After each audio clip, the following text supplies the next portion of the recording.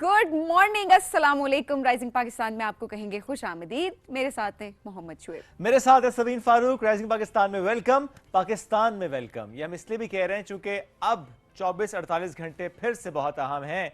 नजरें पाकिस्तान पर थीं और नजरें पाकिस्तान पर हैं और नजरें पाकिस्तान की जानिब रहेंगी।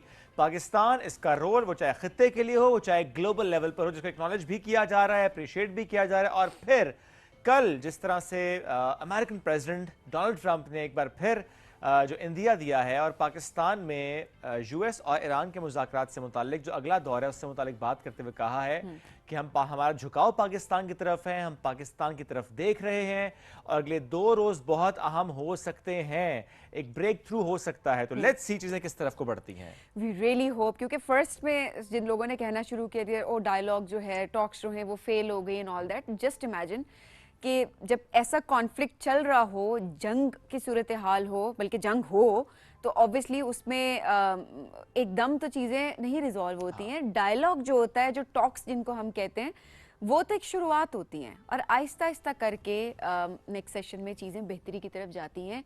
ये हम दुआ भी करते हैं और इसकी हम उम्मीद भी करते हैं कि आगे चीज़ें जो हैं वो मज़ीद बेहतर हों। बट ऐसे में पाकिस्तान का किरदार यकीनन हम सब इसको अप्रिशिएट करेंगे।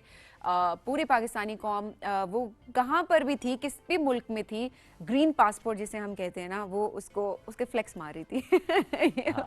हम इसे ज़रूर कहेंगे बिकॉज देखिए एक बड़ा प्राउड मोमेंट होता है कि आपका मुल्क अमन की बात कर रहा है। जब आप अमन की बात कर रहे होते हैं तो वैसे ही खुद भी आपको अच्छा फील होता है और एक बहुत ज़बरदस्त जो है वो ओनरशिप भी आपके अंदर आ रही होती है। So let's hope, let's wish कि चीज़ें जो है वो बहुत बेहतरी की तरफ जाएं। और ऐसे में जब पाकिस्तान की बात होती है शुएब साहब, आप बड़ा घूम रहे थे वीकेंड पे, मैं आपके स्टेटस देख रही थी। हाँ, वो घूमना फिरना तो चलता रहता है ना। तो आप घूम, वैसे I was finding my peace. Okay okay okay, ठीक है। क्योंकि होता है ना, आपको पता है कि होता है बहुत कुछ होता है। काम कर रहे होते हैं, रूटीन ऐसी होती है। है, तो हमारी कोशिश ये होती है कि हम उसमें अगर टाइम मिल जाए तो कहीं पर निकल जाए। वो हम आपको कल दिखाएंगे कि हम कहाँ कहाँ गए और चलें जी, कल हम देखेंगे कि हाँ। शुएब साहब जो हैं वो वीकेंड पे कहाँ घूम रहे थे और कौन सी जगह जो कि हमें एक्सप्लोर करने की जरूरत है। आज बहुत ही अहम दिन, एक बहुत ही अहम शख्सियत को हम मिलकर आज याद करेंगे। बिल्किस सीधी साहिबा, बिल्कुल किस तरह से उन्होंने इंसानियत की खिदमत की, नाम ही काफ़ी है। उनका इंट्रोडक्शन कोई क्या ही करवाए, कौन सा पाकिस्तानी है या दुनिया भर में किस तरीके से उनका नाम जो है वो ऑलरेडी रोशन है कि कैसे उन्होंने इंसानियत की खिदमत की। 2 साल उन्होंने अब्दुल सत्तार ईदी साहब की जो नर्सिंग जो उनका स्कूल था उधर से उन्होंने तरबियत हासिल की और उसके बाद वहाँ पर उन्हें सर्व करने के बाद उनकी जो है वो शादी हुई अब्दुल सत्तार ईदी साहब से, जो कि खुद एक बहुत, मैं यही बात कहने लगी थी शुएब, देखिए डेडिकेशन हो तो ऐसी हो, साथ हो तो ऐसा हो।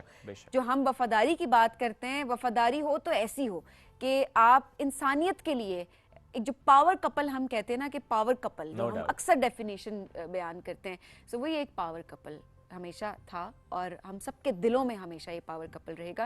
लेकिन मजीद इनको याद करें। एब्सोल्युटली, और उन्हीं की खिदमात के एतराफ़ में हुकूमत पाकिस्तान ने उनको हिलाल इम्तियाज़ से भी नवाजा था। तो हम जब आज उनको याद कर रहे हैं तो आज तुम याद बेहिसाब आए उनको याद करते हैं मिलकर।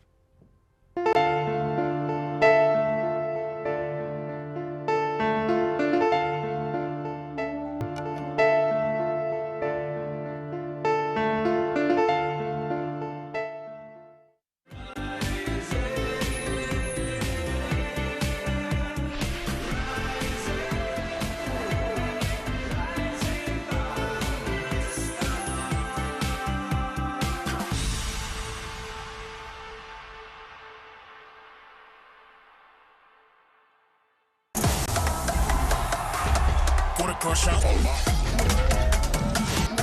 Wanna crush out. Wanna crush out.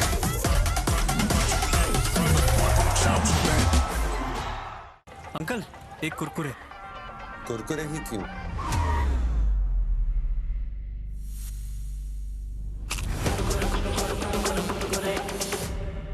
ऐਵੇਂ तो नहीं ना फिर। Crazy for Kurkure.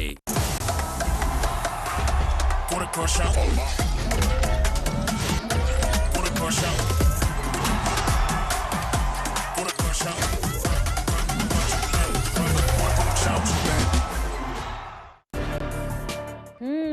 ज़माना बदल रहा है। पहले बड़े पढ़ाते थे बच्चों को और अब बच्चे जानते हैं बड़ों से ज्यादा, लेकिन कैसे? So are you guys excited to meet our छोटे एक्सपर्ट? जानने के लिए देखें हमारा नया गेम शो, खेल नहीं बच्चों का।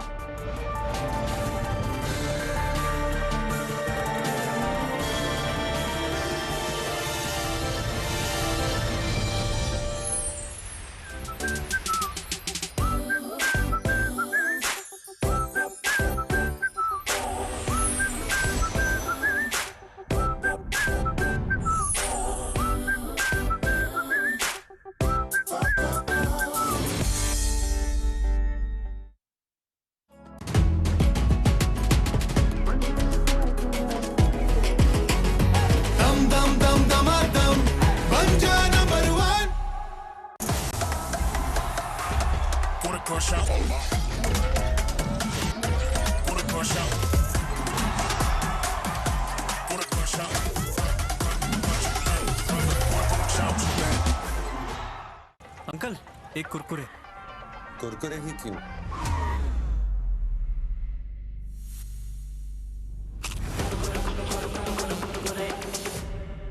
ऐਵੇਂ तो नहीं ना फिर। Crazy for Kurkure. आपको अपने बेटों की याद नहीं आती? खबरदार जो इस घर में किसी ने उनका नाम भी लिया। जवान बेटे इस तरह छोड़कर चले गए, बेयारो मददगार। दुख तो हुआ होगा अम्मा को। ऐसा इमोशनल मैसेज करूंगी कि वहां से भागे भागे आएंगे।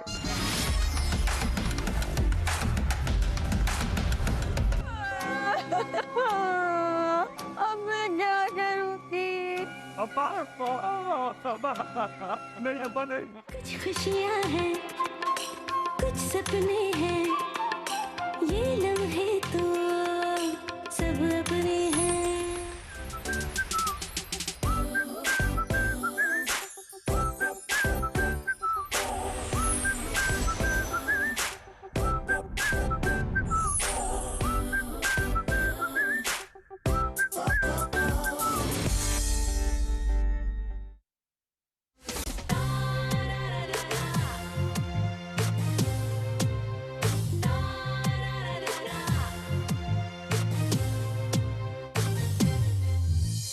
जो थी अनकही, जो थी अनसुनी, जिंदगी फिर भी रवा, सितारों का जहां, ये तन्हाइयाँ,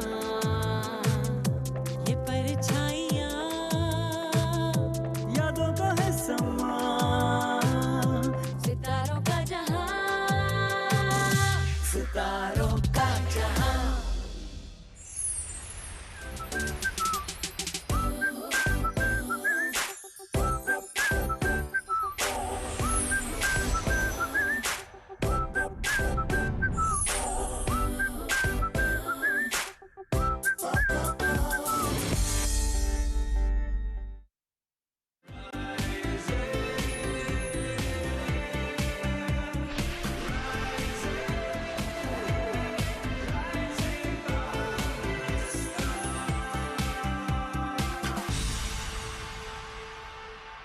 वेलकम बैक। राइजिंग पाकिस्तान में एक बार फिर कहते हैं खुश आमदीद।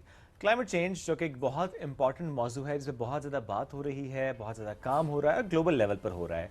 आज हम ज़रा बात करेंगे कि ऐसे पाकिस्तान इस पर अपना हिस्सा डाल रहा है। तो एक बहुत ही ज़बरदस्त इवेंट होने जा रहा है कल, जो कि एक हाइब्रिड मॉडल के तौर पर हो रहा है पाकिस्तान में और न्यूयॉर्क में। 16 अप्रैल यानी कल यूथ पार्लियामेंट पाकिस्तान अपने दीगर कोलैबोरेटर्स के साथ इसको इनिशिएट उसने किया और इसको कल किया जाएगा, जिसका टॉपिक बड़ा इंपॉर्टेंट है, क्लाइमेट वाटर पीस नेक्सस। इस पर आज हम डिटेल से बात भी करेंगे, किस तरीके से इसको इनिशिएट किया गया और क्या क्या होगा। और ये हाइब्रिड मॉडल है, कुछ पार्टिसिपेंट्स यहाँ पे हैं, कुछ वहाँ पर हैं और इस पर काम हो रहा है। दोनों तरफ जो एक ही टॉपिक पे बात हो रही होगी और बहुत इंपॉर्टेंट है इस तरह के टॉपिक्स को लेकर चलना। और जाहिर है ग्लोबल लेवल पे जब भी डिस्कशंस हो रही होती हैं तो यकीनन जो हम आज ओपनिंग में बात करते हैं ना, डायलॉग बहुत इंपॉर्टेंट है, सो दैट आगे स्टेप्स लिए जा सकें। तो आपकी मुलाकात करवाते हैं यूथ पार्लियामेंट के जो सदर हैं उबैदुर रहमान और सेक्रेटरी जनरल हैं हमाद मलिक से। अस्सलाम वालेकुम हमाद। अस्सलाम वालेकुम उबैद, कैसे हैं आप? ठीक है, पर अब हमें देख के बात करेंगे। ठीक है। अच्छा जी, तैयारियां तो अब बड़े उरूज पर होंगी, कल इवेंट है क्योंकि आई एम श्योर कि काफ़ी सारी चीज़ें अभी पाइपलाइन में होंगी। बिल्कुल, एक से बहुत शुक्रिया। एक तो आप लोगों ने बड़े शॉर्ट नोटिस पे हमें इनवाइट किया और हमेशा आप लोग यूथ को प्रमोट भी करते हैं, यूथ की बात भी करते हैं और हमें अपॉर्चुनिटी मिलती है बार बार आपके प्रोग्राम से लोगों में और स्पेशली यूथ के अंदर अवेयरनेस क्रिएट करने में। रिगार्डिंग दिस इवेंट, बेसिकली इस इवेंट को यूथ पार्लियामेंट ऑफ पाकिस्तान का ये 4th ईयर है जिसको हम होस्ट कर रहे हैं हाइब्रिड मॉडल के ऊपर। और बेसिकली ये इकोसोक यूथ फोरम है और यूएन के बेसिकली साल के अंदर 3 इंपॉर्टेंट इवेंट्स होते हैं, वो फर्दर उबैद भी आपको ब्रीफ करेंगे क्योंकि मेजर अचीवमेंट्स और मेजर रोल इस हवाले से जो है इसका होता है। मैं पहले बेसिकली आपको यूथ पार्लियामेंट ऑफ पाकिस्तान का थोड़ा सा हिस्ट्री और बैकग्राउंड शेयर कर दूं कि इसका इनिशिएटिव जो है वो हमने 2007 में लिया था और इसके फाउंडर हैं अबरारुल हक जो हमारे फेमस पॉप सिंगर भी हैं, फिलैंथ्रोपिस्ट भी हैं, तो ये बेसिकली उनका इनिशिएटिव है। और यूथ पार्लियामेंट ऑफ पाकिस्तान के प्लेटफॉर्म से हमने यूथ के लिए डिफरेंट प्रोजेक्ट्स किए, जिसमें ब्रिटिश काउंसिल ऑफ पाकिस्तान के साथ हमने एक्टिव स्टूडेंट्स ऑफ पाकिस्तान का प्रोजेक्ट किया और स्पेशली जब 2010 के अंदर फ्लड ने हिट किया पाकिस्तान को बैडली, तो यूथ पार्लियामेंट के प्लेटफॉर्म से OIC की फंडिंग से हमने 1400 हाउसेस को कंस्ट्रक्ट किया, लिया में, दादू में, साउदर्न पंजाब में, और वो आज भी OIC मॉडर्न विलेज के नाम से वहाँ पे मौजूद हैं। इसी तरह हमने डेमोक्रेसी के ऊपर काम किया 2013 के इलेक्शंस के अंदर इलेक्शन कमीशन ऑफ पाकिस्तान के साथ मिलके जो यंग वोटर्स थे around about 0.5 million 5 lakh vote हमने फ्रेश वोट रजिस्टर्ड करवाए और एक लॉन्ग जर्नी है यूथ पार्लियामेंट का। 2019 में हमने जो हमारे प्रेसिडेंट हैं उबैद कुरैशी उन्होंने ज्वाइन किया और इसका जो इसको थोड़ा वास्ट किया और इंटरनेशनल डायस्पोरा है उसको टच करना स्टार्ट किया। और जैसे पहले भी हमने पिछले प्रोग्राम्स के अंदर आपके साथ डिस्कस किया था, हमारे यूके को जो डेलीगेशंस थे और अभी जो अपॉर्चुनिटी हमारे पास ये UN की है जो इकोसॉक यूथ फोरम है जो हर साल 14, 15 और 16 अप्रैल को होता है और अभी कल से वहाँ पे हो रहा है। और हमारा जो इवेंट है वो कल इंशाल्लाह 16 अप्रैल को है, US के सुबह इंशाल्लाह 9 बजे और पाकिस्तान में शाम 6 बजे इसको हम कंडक्ट करने जा रहे हैं और विचुअली हम इसको ज्वाइन करेंगे। बिल्कुल ठीक है। उबैद साहब, इसी इवेंट से मुताल्लिक, इस मौजू से मुताल्लिक भी प्लीज़ बताइएगा कि बड़ा इंपॉर्टेंट मौजू है, ज़ाहिर है क्लाइमेट वाटर पीस नेक्सस, किस तरह से लोग शरीक होंगे इसमें, आइडिया कैसे आया, फिर हाइब्रिड एंड एवरीथिंग, तो प्लीज़ एक्सप्लेन कीजिएगा। Thank you very much.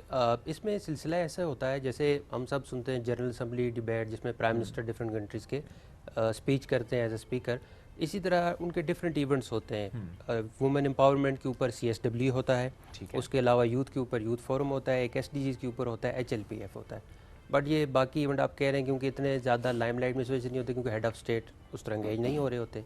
हर साल यूनाइटेड नेशन जो है अप्रैल में ये एक्सरसाइज करता है कि यूथ को क्या क्या पॉलिसीज़ की इनपुट क्या है यूथ ग्राउंड लेवल के ऊपर। अभी रिसेंटली आप देखें इंडस वाटर ट्रीटी एक बड़ा चैलेंज था पाकिस्तान का, एंड पिछले 5 सालों से क्लाइमेट के ऊपर Pakistan top of the list है वल्नरेबल कंट्रीज़ में, और हम देख भी रहे हैं उसको सारे सिलसिले को। फिर हमने ये कोशिश की, पिछले साल भी हमने एक इवेंट कराया था, वो हमारा आप कह रहे हैं पायलट प्रोजेक्ट था, ABC हमने सीखी। इस साल हमने इसको आप कह रहे हैं 2 वेन्यू के ऊपर डिज़ाइन किया, एक विद इन पाकिस्तान, एक विद इन न्यूयॉर्क। जो पार्टिसिपेंट यूनाइटेड नेशन के अंदर इवेंट अटेंड कर रहे हैं अक्रॉस द ग्लोब हैं, अक्रॉस द नेशनलिटीज़ हैं, वो इसका विटनेस करेंगे। वो हमारे लिए वर्चुअल है, हम यहाँ पे इस्लामाबाद में हमने वेन्यू रखा है, उसके अलावा अपनी गैदरिंग भी है, हाइब्रिड भी है, हम जो है यहाँ से उनको ज्वाइन करेंगे, हम उनके लिए वर्चुअल है। तो ये 2 वेन्यू से कनेक्टिविटी है। और फिर इसका मैकेनिज़्म ये होता है कि यूनाइटेड नेशन कॉल करता है, आप प्रपोजल सबमिट कराते हैं, और ये भी ज़रूरी नहीं है कि हर प्रपोजल एक्सेप्ट हो। वो ऑर्गेनाइजेशन प्रोफाइल देखते हैं, रेलिवेंसी देखते हैं, फिर वो एजेंडा देखते हैं, गेस्ट स्पीकर्स के इसमें बड़ा होता है कि रेलिवेंट टू द टॉपिक है नहीं है, तो वो सारा सिलसिला करने के बाद यूनाइटेड नेशन आपको अप्रूवल देता है कि आप ये सारी एक्सरसाइज करें। ओके, अच्छा कैसे पार्टिसिपेट कर सकते हैं? अभी कल के इवेंट में अभी भी टाइम है कि हमारे यंगस्टर्स को ज्वाइन कर सकते हैं? बिल्कुल है, हमारा रजिस्ट्रेशन लिंक है वो भी हम शेयर करेंगे आपसे, और वो लास्ट तकरीबन 7 डेज से लिंक जो है हमारा ओपन है और यंगस्टर्स अक्रॉस द पाकिस्तान उसको ज्वाइन कर रहे हैं और नंबर ऑफ़ हमारे पास जो है वो एप्लीकेशंस रिसीव हो रही हैं। और ये ऑनलाइन फोरम्स के ऊपर, यूथ पार्लियामेंट के पेज के ऊपर, सोशल मीडिया के प्लेटफॉर्म्स के ऊपर हमने इसको शेयर किया है। Free of cost? Free of cost है। Okay, youth parliament of Pakistan की जितनी भी एक्टिविटीज़ हैं वो सारी की सारी फ्री ऑफ कॉस्ट हैं, किसी भी स्टेज के ऊपर कोई भी फ़ी इन्वॉल्व नहीं है इसके अंदर, ये टोटली फ्री ऑफ कॉस्ट है। ओके, तो क्या इसमें हम इसको ग्लोबल लेवल पे देख रहे हैं या कि हम रीजनल लेवल पे देख रहे हैं? नहीं, इसमें हमने इवन के जो पैनल स्पीकर हैं उसमें आपके ब्रिटेन पार्लियामेंट के मेंबर हैं, उसमें हमने फिर इंटरवेंशन दिए हैं, जो यूथ स्पीकर्स हैं उसमें यूएई से लोग हैं, कनाडा से हैं, तो ये डाइवर्स है अक्रॉस द ग्लोब है। बट इसमें जो स्पीकर पैनल है वो सारा पाकिस्तानी, नेशनल और ओवरसीज मिक्स है। ओके, लेकिन वो जो आपने बात की ना इंडस वाटर ट्रीटी की, बिकॉज़ एक बड़ा कोर इशू है ज़ाहिर है। बिल्कुल। इस पर माहिरीन, इस पर क्या तैयारी आपने देखी है? क्योंकि ज़ाहिर है हमने कल भी देखा जिस तरह से गवर्नमेंट की तरफ से कहा गया कि इस वक्त जो फ्लो है पानी का वो कम है, दैट्स व्हाई हम अब इलेक्ट्रिसिटी जनरेट उस तरीके से नहीं कर पा रहे थे। चैलेंज तो बनता जा रहा है। So what are we doing? हम इसके लिए कुछ सिर्फ ये बताएंगे कि अच्छा ये इशू है, या कि हम उसका कोई हल, उस पर भी बात करेंगे? जी बिल्कुल, उसमें हमने दो कह लें जो यूनाइटेड नेशन के अंदर स्लॉट होती है, एक होता है आपका मेन स्पीकर, एक होता है आपका इंटरवेंशन, जो यूथ के क्या ऑब्जर्व कर रहे हैं आप। जो मेन स्पीकर हमने कोशिश की है कि गवर्नमेंट रिप्रेजेंटेटिव हो इसमें, पार्लियामेंट के रिप्रेजेंटेटिव हो, जो पॉलिसी रिलेटेड गाइडेंस दें यूथ के रिगार्डिंग कि क्या गवर्नमेंट के इनिशिएटिव्स हैं इस सारे इश्यूज़ को टेकअप करने में। फिर यूथ इंटरवेंशन है कि ग्लोबल वाटर के ऊपर क्या पॉलिसीज़ बन रही है या क्या रिसर्च हो रही है। तो ये दोनों जो है आप कह लें एक कंपोनेंट बनेगा। इसके बाद फिर ये होता है जब आप इवेंट कंक्लूड करते हैं, आप इसकी रिपोर्ट लिखते हैं, वो यूनाइटेड नेशन को भेजते हैं, वो अपनी वेबसाइट के ऊपर, अपने आर्काइव के ऊपर वो डॉक्यूमेंट सर्कुलेट करते हैं, फिर वो पॉलिसी का एक हिस्सा बन जाती है। ओके अच्छा, टॉपिक्स कैसे डिसाइड होते हैं हर बार? बिकॉज और specially last time I remember आप लोग जब आए थे, हमाद थे एंड देन बख्तावर रिप्रेजेंट करी थी यूथ पार्लियामेंट को। सो उस टाइम पर यूके में ये इवेंट हो रहा था जो कि आप लोगों ने जाके अटेंड किया था। इस बार वर्चुअली कर रहे हैं, लेकिन वहाँ पर भी ज़ाहिर है ये हो रहा है। टॉपिक्स कैसे डिसाइड होते हैं, किस तरीके से यूथ को इन्वॉल्व किया जाता है, कैसे उनकी बात को सामने रखा जाता है, सो दैट ऑब्वियसली आगे पॉलिसी मेकिंग में वो हेल्प कर सकते हैं? जैसे आपने पिछला इवेंट जिक्र किया, यूनाइटेड किंगडम के अंदर कॉमनवेल्थ पार्लियामेंट्री एसोसिएशन है, जो कह लें आप हेड क्वार्टर है किंगशिप की वजह से, उनका और हमारा साल का एक रोटेशन होता है डेलीगेशन प्रोग्राम। हम उनको रिकमेंड करते हैं कि जी ये डेलीगेट्स हैं, ये उनकी प्रोफाइल है, लेट्स सपोज आप मीडिया के लोग हैं, हम उनको रिकमेंड करेंगे जी ये इनकी इंगेजमेंट्स पास्ट रही हैं, ये इनकी प्रोफाइलिंग है। फिर वो एक एजेंडा सेट करते हैं, 1 वीक के सजेशन हमें भेजते हैं, फिर हम अपने डेलीगेट के साथ डिस्कस करते हैं कि जी आपकी कोई रेलिवेंसी, कोई फील्ड रिलेटेड आप किसी को अप्रोच करना चाहें, तो वो एक म्यूचुअली डिसाइड होता है कि इस साल का क्या एजेंडा बनेगा। बट एक 4 पिलर के ऊपर वो प्रोग्राम बेस करता है। एक उसका आता है गवर्नेंस, जो ब्रिटिश पार्लियामेंट में आप सेशन अटेंड करते हैं, उनके प्राइम मिनिस्टर का क्वेश्चन आवर होता है, बायलैटरल सेशंस होते हैं। एक उसमें आता है एकेडेमिया, जिसमें हम ऑक्सफोर्ड यूनिवर्सिटी या कैम्ब्रिज यूनिवर्सिटी का विजिट अरेंज करते हैं। और थर्ड पे आता है उनका लोकल बॉडी सिस्टम, जिसमें उनके मेयर्स हैं। और फोर्थ पे आता है ओवरसीज़ पाकिस्तानीज़, उसमें हम उनके जिस तरह आप कह लें चैरिटी ऑर्गेनाइजेशंस हैं, बिजनेस फोरम्स हैं, उनके साथ हमारी इंटरेक्शन होती है। तो ये डिपेंड करता है कि कंसंट्रेशन ऑफ डेलीगेट्स क्या है। सक्सेस स्टोरीज अगर आप कुछ शेयर कर सकते हो कि वापस आकर पार्टिसिपेंट्स ने कोई फीडबैक शेयर किया हो, या कोई ऐसी डिस्कशंस जो कि पॉलिसी का हिस्सा बनी हो, कोई सक्सेस स्टोरीज आप लोगों के पास अगर हों? जी बिल्कुल, सक्सेस स्टोरीज हमारी अल्हम्दुलिल्लाह काफ़ी सारी हैं। बहुत सारे यंगस्टर्स जब हमें ज्वाइन करते हैं, उनको एक्सपोजर मिलता है और वापस आके वो अपने डिफरेंट इनिशिएटिव्स लेते हैं अपनी रेलिवेंट फील्ड के अंदर। सौबैद ने भी जिक्र किया है कि हमारी कोशिश भी होती है कि जब हम अपने थीमेटिक एरियाज़ को टारगेट कर रहे होते हैं, उनको डिज़ाइन कर रहे होते हैं डिफरेंट थीम्स को, कि हमने वहाँ पर जाके किस चीज़ के ऊपर बात करनी है, किन किन ऑफिसेज़ को हमने टारगेट करना है, जहाँ पे हम जाके विज़िट करते हैं, हमें सीखने का उनसे मौका मिलता है, वहाँ पे हमने क्या काम करना है। तो जब हमें लोग अप्लाई कर रहे होते हैं, यंगस्टर्स हमारे जो मेंबर्स हैं, और जो ओपन फोरम है, जब लोग अप्लाई करते हैं इसके ऊपर, तो फिर उनकी प्रोफाइल भी हम देख रहे होते हैं कि किस तरह इसके साथ रेलिवेंट है, किस तरह मैच करती है, तो उसको वापस आके वो कैसे यहाँ पे पाकिस्तान के अंदर रेप्लिकेट कर सकते हैं। क्योंकि बेसिकली हमें भी आपको पता है कि 20,000 यंगस्टर्स जो हैं पाकिस्तानी स्टूडेंट्स, वो हर साल यूके जाते हैं, ठीक है। तो उनके वहाँ पे क्या मसले मसाइल हैं, उनको हम कैसे जो है वो एड्रेस कर सकते हैं, उनके लिए हम वहाँ पे क्या लॉबी कर सकते हैं, और वापस आके जो यहाँ से मज़ीद यंगस्टर्स जाने के लिए, अपनी हायर एजुकेशन के लिए, स्टडीज़ के लिए इंटरेस्ट रखते हैं बाहर जाने के लिए, उनको हम कैसे ब्रीफ कर सकते हैं, कैसे गाइड कर सकते हैं, उनकी कैसे डिफरेंट जो बिजनेस हैं उनकी लाइजन और पार्टनरशिप हम वहाँ पर कैसे डेवलप कर सकते हैं।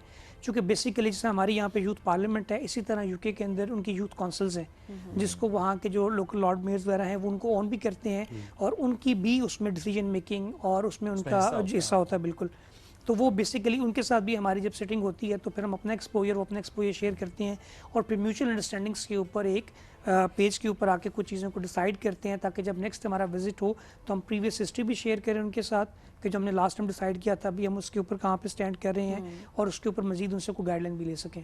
और थोड़ा सा अगर रनडाउन बता दें, कल 1 घंटे का जो ये सेशन होगा, तो इसमें कितनी टॉक्स हैं, थोड़ा सा एक्सप्लेन कर दें। जी, इसमें जो मेन आप कह रहे हैं पैनल स्पीकर्स हैं, एक हमारे जो एम्बेसडर्स हैं न्यूयॉर्क में यूनाइटेड नेशन डील करते हैं आसिम इफ्तिखार साहब, वो ओपनिंग रिमार्क्स करेंगे on the behalf of government के लिए कि यूएन के अंदर क्या पॉलिसीज़ है पाकिस्तान की। उसके अलावा अब पार्लियामेंट्री फोरम है जो YPF जिसको आप कहते हैं यंग पार्लियामेंट्री फोरम, उनको हमने रिप्रेजेंटेशन दी है, वो उस पर बात करेंगे। ठीक है। फिर कोऑर्डिनेटर टू प्राइम मिनिस्टर हैं क्लाइमेट चेंज की, वो उस पर बात करेंगे। फिर हमारे पार्टनर्स हैं चैम्बर की, हमने रिप्रेजेंटेशन इसमें रखी है। ब्रिटिश पार्लियामेंट से लॉर्ड के एक रिप्रेजेंटेटिव हैं जो इंडस वाटर ट्रीटी की डिबेट जिन्होंने कराई थी हाउस ऑफ लॉर्ड के अंदर, उनको हमने रिक्वेस्ट की है वो थोड़ा सा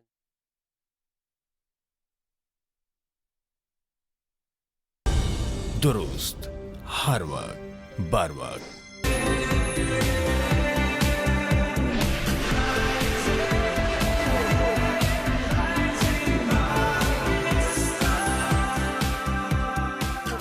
आपके पास राइट इन्फॉर्मेशन भी होनी चाहिए। डिफरेंट जितने भी फोरम्स हैं जो इन क्लाइमेट के ऊपर वाटर ट्रीटी के ऊपर बात करते हैं या काम कर रहे हैं और फंडिंग भी गेन कर रहे हैं, उसके ऊपर प्रोजेक्ट्स करते हैं, तो उनको भी चाहिए कि ओपन फोरम उसको रखें ताकि जब आपकी कोई भी रिपोर्ट्स वगैरह आती हैं वो यंगस्टर्स के साथ शेयर हों और फिर उनके साथ फ्यूचर प्लान भी शेयर हो कि नेक्स्ट ईयर का हमारा ये प्लान है, तो उसके लिए क्वालिफाई एप्लीकेशन भी होनी चाहिए ताकि यंगस्टर्स जो इंटरेस्टेड हैं वो टाइमली उसके अंदर एंगेज हो सकें। लास्ट मोमेंट के ऊपर चूँकि ज़ाहिर बात है हमारे लिए थोड़ा सा मुश्किल भी हो जाता है, और जिस तरह अपनी एक्टिविटीज़ का हम जिक्र कर रहे हैं यूके डेलीगेशंस का, इकोसॉक यूथ फोरम का यूएन के अंदर, तो इसमें इंटरेस्टिंग बिग बात ये है कि इसके अंदर जितने यंगस्टर्स हमारे डेलीगेट होते हैं ये सब अपना एक्सपेंस अपनी पॉकेट से बियर करते हैं। इसके लिए कोई प्रॉपर फंडिंग नहीं है, कोई हमारी तरफ से भी यूथ पार्लियामेंट के प्लेटफॉर्म से भी ऐसी कोई सपोर्ट नहीं है कि हम उनको फाइनेंशियल कोई सपोर्ट दे सकें। तो जितने भी यंगस्टर्स हैं मेल और फीमेल्स वो अपनी पॉकेट से उस एक्सपेंस को बियर करते हैं ताकि उनको एक एक्सपोजर मिले और वो फिर वापस आके उसको अपनी लाइफ के अंदर एक पॉजिटिव इमेज भी बिल्ड कर सकें। आई रियली वांट कि जो हमारा प्राइवेट सेक्टर इस वक्त अगर हमें सुन रहा है तो वो इस कॉज में, इसको कॉज इसलिए बोलूँगी क्योंकि एक तो आपकी यूथ एम्पावर हो रही है, दूसरा ऐसे टॉपिक्स पे बात हो रही है, दूसरा आपकी यूथ प्लेटफॉर्म पे जाकर इन टॉपिक्स पे बात करके मुकदमा पाकिस्तान का इन प्लेटफॉर्म्स पे रख रही है, चाहे वो क्लाइमेट से रिलेटेड हो या कोई और टॉपिक हो जिसमें हम बेसिकली विक्टिम हैं। जो हम बताते हैं कि लेस देन 1% क्लाइमेट के पर्सपेक्टिव से भी देखा जाए तो हमारी कंट्रीब्यूशन है, जो कि हम तब भी उस पर बात करते हैं हमेशा कि लेस देन 1% भी हमारी तरफ से ख़त्म होना चाहिए, इसको 0% पे जाना चाहिए।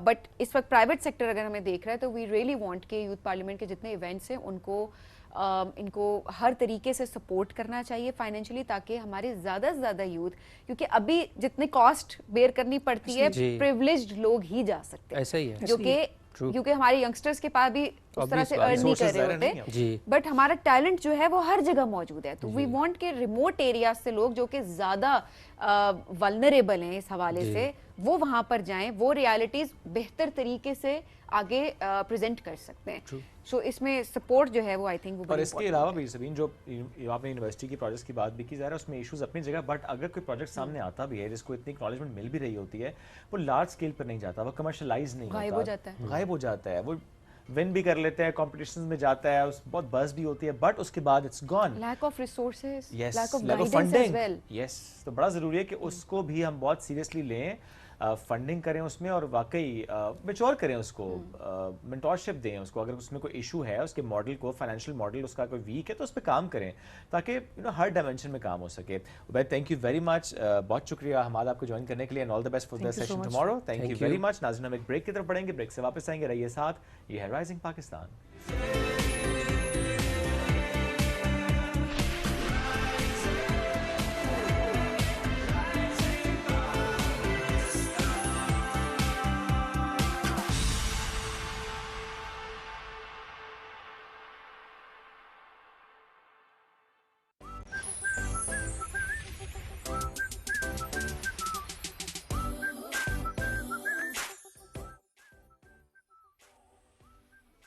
सुबह 8 बजे से 9 बजे तक की नशरियात के लिए हमारे साथ ताउन किया है Colgate, Kurkure, Mountain Dew, Nestle Pakistan limited, number 1 detergent, Panadol, Sensodyne.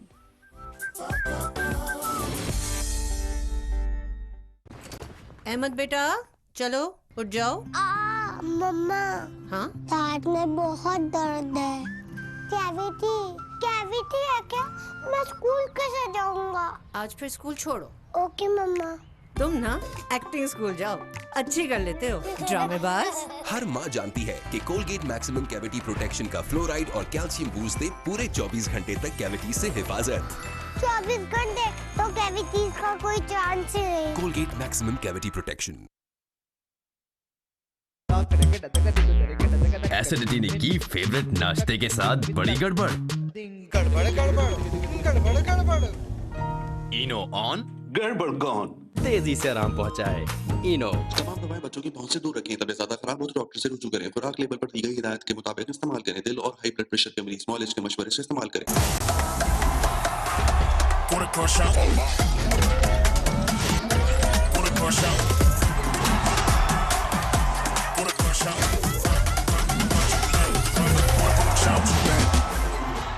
शदीद सर दर्द की सूरत में मेरा भरोसा पैनाडोल एक्स्ट्रा। तमाम दवाएं बच्चों की पहुंच से दूर रखें। तबीयत ज्यादा खराब हो तो डॉक्टर से रुजू करें। दवाई के इस्तेमाल से मुज़र असरात की सूरत में इतला मुतालिका कंपनी और ड्रैप को दें। इस दवा का इस्तेमाल लेबल पर दर्ज हिदायत के मुताबिक करें। गुर्दों, हाई ब्लड प्रेशर और अमराज से जिगर के मरीज डॉक्टर के मशवरे से इस्तेमाल करें। ज्यादातर पेशेंट्स कैविटीज के बारे में परेशान रहते हैं और दांतों की हसासियत की भी कंप्लेन करते हैं। New Sensodyne cavity plus sensitivity cavities और दांतों की हसासियत दोनों से तहफ़्फ़ुज़ देता है।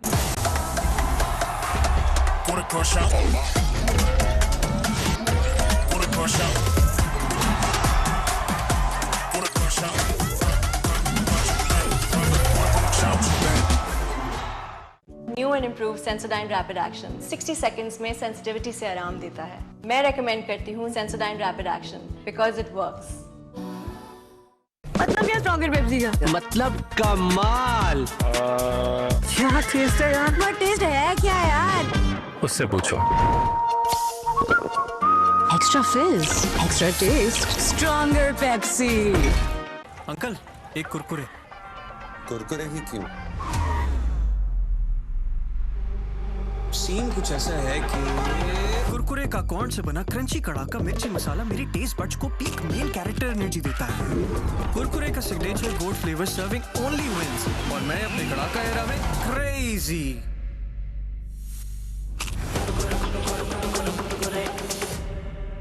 ऐਵੇਂ तो नहीं ना फिर। Crazy for Kurkure.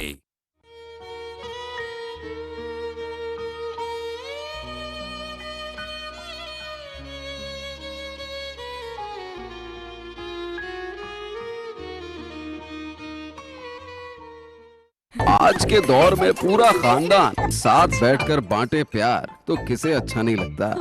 हमें एक्चुअली खानदान तो भाता है, लेकिन गंदे बर्तनों का ये ढेर सताता है। बर्तनों का ढेर तो सताएगा जब घर में कोई भी नीला पीला लिक्विड आएगा। ले आए 3 गुना ज्यादा ताकत वाला मैक्स लिक्विड, जिसका एक ड्रॉप जमी चिकनाई आसानी से हटाए, 3 गुना ज्यादा बर्तन चमकाए और आपका दिल फरमाए बर्तन धोना इतना आसान, तो कल फिर जमा कर लेते हैं खानदान। मैक्स लिक्विड दे आम लिक्विड से 3 गुना ज्यादा सफाई। सेंसिटिविटी की वजह से लोग अपनी आदतें बदल देते हैं, लेकिन ये इस बात का हल नहीं है। Use the right product. New and improve Sensodyne rapid action 60 seconds में सेंसिटिविटी से आराम देता है। मैं रेकमेंड करती हूँ Sensodyne rapid action because it works.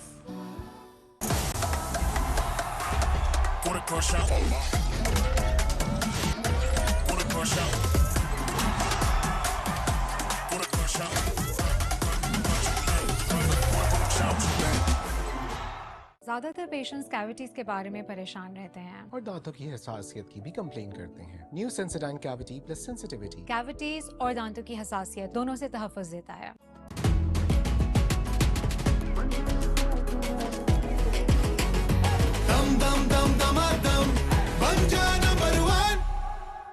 Sensitivity की वजह से लोग अपनी आदतें बदल देते हैं, लेकिन ये इस बात का हल नहीं है। Use the right product. New and improve Sensodyne rapid action 60 seconds में सेंसिटिविटी से आराम देता है। मैं रेकमेंड करती हूँ Sensodyne rapid action because it works.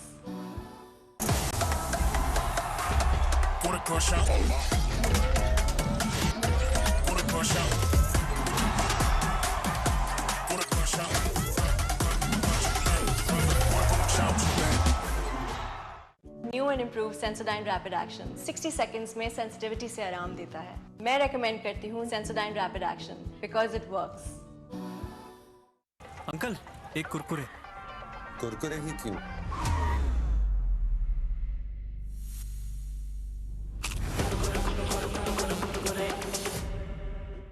तो नहीं ना फिर? Crazy for Kurkure. अब ड्यू है तो शुरू है।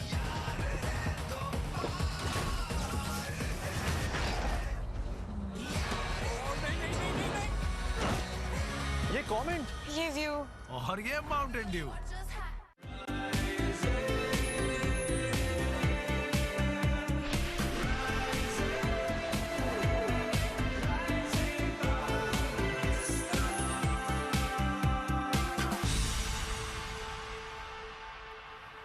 वेलकम बैक जी। राइजिंग पाकिस्तान में आपको कहीं खुश आमदीद। पाकिस्तानी खवातीन हर मैदान में पाकिस्तान का नाम रोशन करी हैं और अब वो वाली बातें गई शुएब, हम भी अक्सर अब बात करते हैं, हम कहते हैं क्या इस बारे में बात करें कि नॉर्मल होता जा रहा है।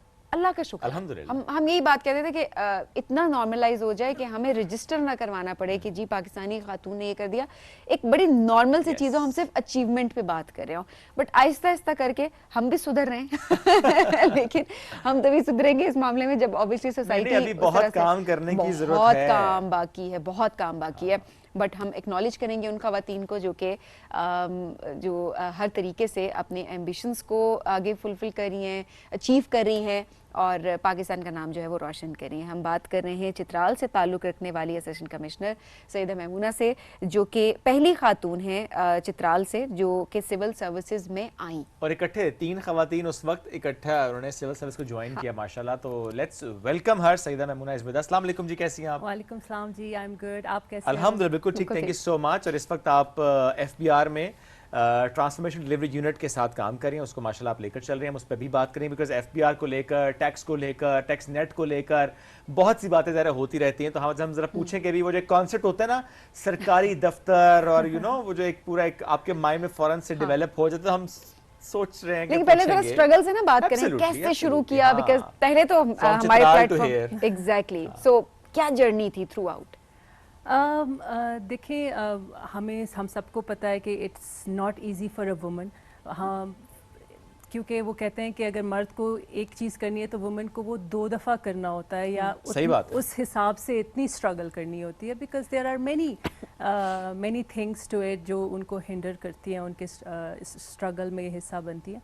सो अल्हम्दुलिल्लाह Chitral is one of the districts in Pakistan जिसमें ऑलमोस्ट 100% एजुकेशन है माशाल्लाह। सो हमेशा से बचपन से अम्मा अब्बा ने एजुकेशन पे फोकस किया।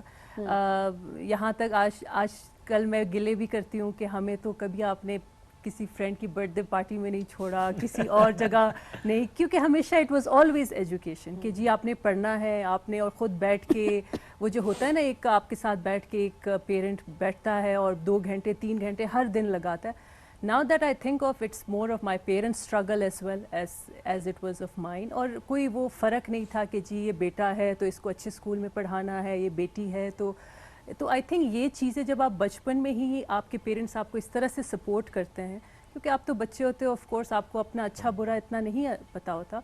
सो आई गेस वहीं से स्टार्ट हुआ। My parents they took a lot of pain, बहुत ही उन्होंने स्ट्रगल किया मेरे साथ।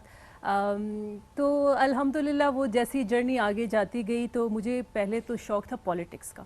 मुझे लगता था कि पॉलिटिक्स में आके I can do something really good. और तो फिर आई थिंक वो एक नेगेटिव कोनोटेशंस भी चलती हैं कि जी आप बहुत यंग हो पॉलिटिक्स के लिए, आपकी शायद कोई बैकिंग नहीं है इतनी, इस तरह की माइंडसेट डेवलप। तो माय पेरेंट्स वर लाइक आप ब्यूरोक्रेसी में जाएं, आप सिस्टम को समझें, उसके बाद अगर आपका फिर भी दिल करता है पॉलिटिक्स में आने का तो आप ज्वाइन कर सकते हैं। सो वहाँ से मेरी CSS की जर्नी स्टार्ट हुई। मैंने उसके लिए पढ़ाई की, ऑल्दो किसी एकेडमी नहीं गई, लेकिन ये था कि नेट अवेलेबल था, बुक्स अवेलेबल थी। आजकल अगर आप खुद पढ़ना चाहें तो हर कुछ इंटरनेट पे अवेलेबल है। यूट्यूब आपका सबसे अच्छा टीचर है। तो आपके पास अगर इतने वसाइल नहीं हैं कि आप चित्राल से आके इस्लामाबाद में पढ़ें किसी एकेडमी में या किसी, तो आपके पास सब कुछ ऑनलाइन अवेलेबल है। और बहुत सारे मैं ख़ुद मेरे समेत मेरे सिविल सर्वेंट्स और गाइडेंस देते हैं ऑनलाइन, उनको आप राब्ता गाइड कर रहे होते हैं। बिल्कुल जी, इट्स जस्ट 1 क्लिक अवे, आप एक मैसेज अवे हैं टू गेट गाइडेंस। तो लेकिन आपके केस में मसला ये था कि वहाँ पे किसी खातून ने नहीं किया हुआ था, तो ये आवाज़ तो आई होगी ना? हाँ बिल्कुल बिल्कुल, ये बात आपकी बिल्कुल ठीक है, ये बिल्कुल आई। और अच्छा CSS के साथ ये भी होता है कि आपको नहीं पता होता कि आपने चाहे जितनी भी पढ़ाई की, आपको ये नहीं पता होता कि आप क्लियर कर पाएंगे या नहीं।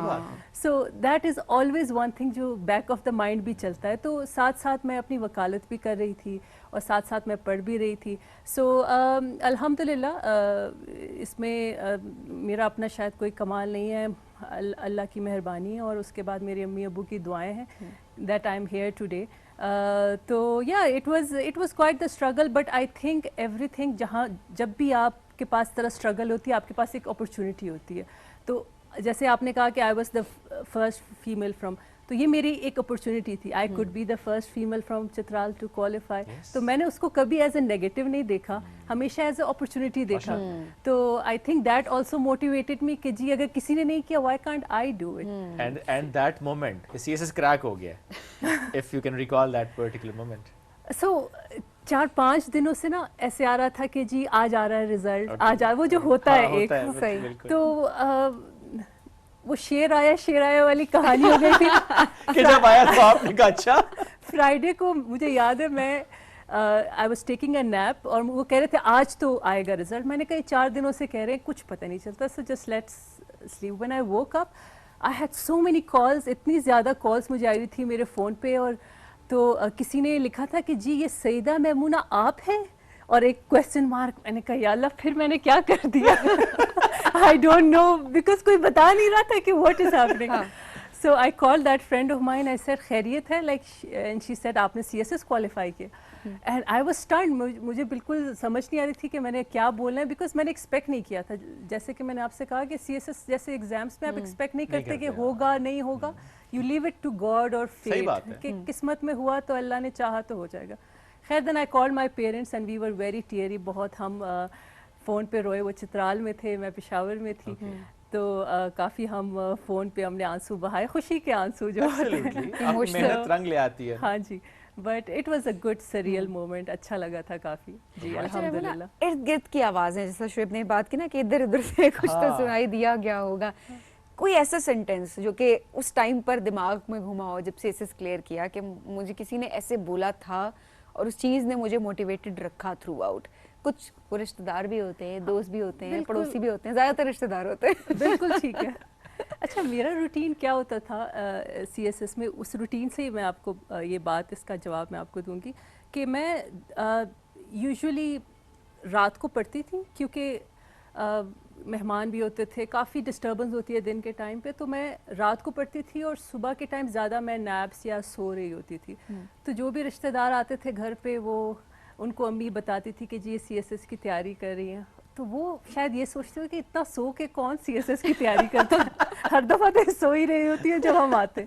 तो मुझे याद है, तो एक दफ़ा हम खाना खा रहे थे, तो एक हमारे रिश्तेदार हैं, उन्होंने कहा कि आप ना कुछ और कोई टीचिंग करें, कुछ और अच्छी जॉब करें, मुझे नहीं लगता CSS इतना आसानी से होता है। तो जैसे ही क्लियर हुआ मुझे उनकी बात याद आ गई, तो उन्होंने वैसे मुझे फ़ोन भी किया। उन्होंने कहा अच्छा तो मतलब ये सारा कुछ आप ख्वाब में देखती थी? मैंने कहा मुझे भी ख्वाब आते थे। बट हाँ, ऑन अ लाइटर नोट ये है कि अल्हम्दुलिल्लाह चित्राल के लोग काफ़ी सपोर्टिव हैं, स्पेशली ख़वातीन को लेके। They really push. ये नज़र भी आता है वहाँ जाकर। हाँ, जब हम चित्राल विजिट करते हैं, क्योंकि मेरा बड़ा शौक है घूमने फिरने का, ख़वातीन बहुत काम कर रही हैं वहाँ पे, तालीम के हवाले से हम देखते हैं। इवन सिर्फ मैं कैलाशी की बात करूं कि हमें लगता है बड़े आइसोलेटेड से शायद कम्युनिटी को, बट वहाँ जाए तो मालूम होता है अच्छा किसी ने काज़िम यूनिवर्सिटी से मास्टर्स किया हुआ है, किसी ने पंजाब यूनिवर्सिटी, किसी ने कहीं और से, तो माशाल्लाह तालीम पे भी फोकस्ड हैं, काम पे भी फोकस्ड हैं। बड़ी अच्छा शुएब, यहाँ पर अगर बात करें तो इस्लामाबाद में पूरी कम्युनिटी है, बिल्कुल ऐसे, और वो चित्राली ही हैं, लड़कियाँ हैं माशाल्लाह, जो यहाँ पर बहुत अच्छी ऑर्गेनाइजेशंस में काम कर रही हैं, बहुत अच्छी यूनिवर्सिटीज़ में पढ़ रही हैं, बिल्कुल ऐसे ही, एंड देन बहुत कुछ अचीव कर रही हैं। तो ये ट्रस्ट शो करता है कि अपनी बच्चियों पे कितना ट्रस्ट किया जाता है कि आप दूसरे शहर भेज रहे हैं इतनी दूर, और वो बच्चियां आगे रोशन कर रही हैं अपने इलाके का नाम। जी ठीक है, वो एक इंग्लिश का मुहावरा है कि it takes a village to raise a child. तो ये सिर्फ एक बंदे का नहीं होता, मेरे अम्मी अबू का नहीं है, वो सोसाइटी आपको इस तरह के इन्वायरमेंट क्रिएट करती है, इतना अच्छा पॉजिटिव कि हर कोई फिर चाहता है कि उसकी बच्ची भी जाए पढ़े, उसकी बच्ची भी कुछ बने, रोशन करे अपने माँ बाप। आई थिंक वो माहौल बन जाता है ना, बिल्कुल जब आप माहौल देखते हैं बन अच्छा उसने अचीव कर लिया तो एक नेचुरली, मैं ये नहीं कहूँगा प्रेशर बिल्ट होता है कि अच्छा पॉजिटिव माहौल बनता है कि Exactly. सब ने इकट्ठे ग्रो करना है, बिल्कुल आगे ऐसे बढ़ना है, ही। लेकर चलना है। बिल्कुल। सो डिपार्टमेंट क्या चूज करने की ख्वाहिश थी जब CSS किया था? मेरी अपनी ख्वाहिश थी foreign service, Okay. Because I think मुझे डिप्लोमेसी पसंद है और आजकल तो वैसे ही आजकल तो मेरा वैसे भी उसी का चर्चा है। आजकल तो माशाल्लाह पाकिस्तान जो है डिप्लोमेसी में it's leading the world basically, माशाल्लाह। सो लेकिन मेरे अब्बू को वो कहते थे कि आपने हमेशा बाहर पोस्टिंग करनी है, हम इधर होंगे, फिर I could feel that as well, तो इसलिए मैंने उसको नहीं इतना आगे रखा, तो मैंने फिर अपने ही ये जो कस्टम IRS और पैस वगैरह ये मैंने ऊपर रखे थे। और करंटली अभी आप चूंकि FBR के साथ आप काम कर रही हैं, that is transformation delivery unit, right? हाँ जी। और ये 1 साल पहले बनाया था? हाँ जी, ये हमारे चेयरमैन FBR लंगरियाल साहब ने उन्होंने इन्विजन किया था इसको। उन्होंने कहा था कि जो ये बड़े हम सोचते हैं ना कि जी गवर्नमेंट, आपने भी जैसे बात की कि जी गवर्नमेंट में एक बड़ा ऑफिस होगा, कोई बैठा होगा, आपको शायद एक्सेस नहीं होगी वहाँ की, एक हमारा एक नेगेटिव सा परसेप्शन है। तो वो उन्होंने इस परसेप्शन को ख़त्म करने की कोशिश की। वो हम कोई 15-20 ऑफिसर्स हैं, इनलैंड रेवेन्यू से भी हैं, कस्टम सर्विस से भी हैं, सारे एक साथ एक कॉन्फ्रेंस रूम में बैठते हैं, वहाँ पे आइडियाज़ डिस्कस होती हैं, एक कॉफ़ी मशीन लगी है, बस वहाँ जाके ख़ुद कॉफ़ी अपने लिए बना ली, बैठ के बात की, उस पर डिस्कशन की, फिर उस जो भी डिस्कशन से हम किसी नतीजे पे निकलते हैं या कोई ऐसी नई इंटरवेंशन करनी हो, कोई नया ऐसा सोल्यूशन लाना हो, जैसे कि हमने बहुत सारा अभी स्टार्ट किया है कि प्रोडक्शन मॉनिटरिंग सिस्टम्स लाने हैं, जिससे हमें रियल टाइम पे हमें पता चल जाता है कि जी एक कितनी चीज़ें बनी हैं एक कंपनी में या प्रोडक्ट प्रोड्यूस हुई हैं, तो उससे हमें फिर टैक्स को एनालाइज करने का it is easier for us, बिल्कुल रियल टाइम में पता चल रहा होता है। So there are many things, माशाल्लाह से I am happy to say कि I am a part of it, मैं इसका एक हिस्सा हूँ। हम इसको लेके आगे ले जा रहे हैं ताकि टैक्स और टेक्नोलॉजी को हम एक साथ वो करें और इतना मैनुअली सब कुछ ना हो। कल को एक क्लिक पे आपको पता हो कि आपके टैक्स कितना बन रहा है, रिटर्न कितना बन रहा है। हाँ जी, so we are trying to move towards that because I think it's the next big thing. Exactly. So challenges क्या हैं अभी जो अभी आप फेस कर रही हैं ओवरऑल? आई थिंक थोड़ा सा हिचकिचाहट अभी भी है लोगों को लेके कि जी पता नहीं क्या होगा, अगर हम इस टैक्स नेट के अंदर आ जाएंगे तो पता नहीं हमारे साथ क्या हो जाएगा। ये बिल्कुल है। हाँ जी, तो आई थिंक इस परसेप्शन को दूर करने की ज़रूरत है, क्योंकि पाकिस्तान में अगर हमें तरक्की चाहिए, पाकिस्तान में अगर हमें अच्छे स्कूल्स बनाने, रोड्स बना, कोई चीज़ आप यू नेम इट, तनख्वाहें देनी है लोगों को, ब्रिजेस बनाने हैं, सड़कें बनानी हैं, so you need tax for that. Government का एक ही ज़रिया है, और प्रोविंसेस को भी हम फिर 60% उनका शेयर उनको दे देते हैं, इधर कैपिटल में रहता है 40%। सो आई थिंक ज़रूरी है कि हर कोई अपना टैक्स पे करे, बिकॉज कतरा कतरा दरिया जो बनता है, और जो जिम्मेदारी है as a responsible citizen of Pakistan वो तो हमें अदा करनी है, नो मैटर व्हाट। ये बड़ा अच्छा कहा, वो जो एक परसेप्शन डेवलप हो जाती है कि ना जाने जब हम फाइल करेंगे तो क्या हो जाएगा। अच्छा, और ये बेवकूफ़ी भी है एक तरह से, क्योंकि आपको बेनिफिट्स बताए जाते हैं। अगर आप फाइलर हैं तो उसके बेनिफिट्स हैं आपको हर जगह पे, आप नॉन फाइलर हैं तो उसका आपको नुकसान है जिस चीज़ से आप बच रहे हैं। तो आपको लग रहा है कि फाइलर हो के ये होना है, लेकिन फाइलर हो के बेनिफिट्स, और अक्सर अपने शो पे हम बात कर रहे होते हैं और हमें प्रॉपर बता रहे होते हैं हमारे एक्सपर्ट्स कि ऐसी ऐसी इन चीज़ों पे आपको फ़ायदा हो जाएगा, लेकिन लोगों अवेयरनेस की कमी है। बिल्कुल Sabina, I agree with you. आप फाइलर हैं तो आप टैक्स कम पे करते हैं बनिस्बत कि आप नॉन फाइलर हैं, क्योंकि फिर आपको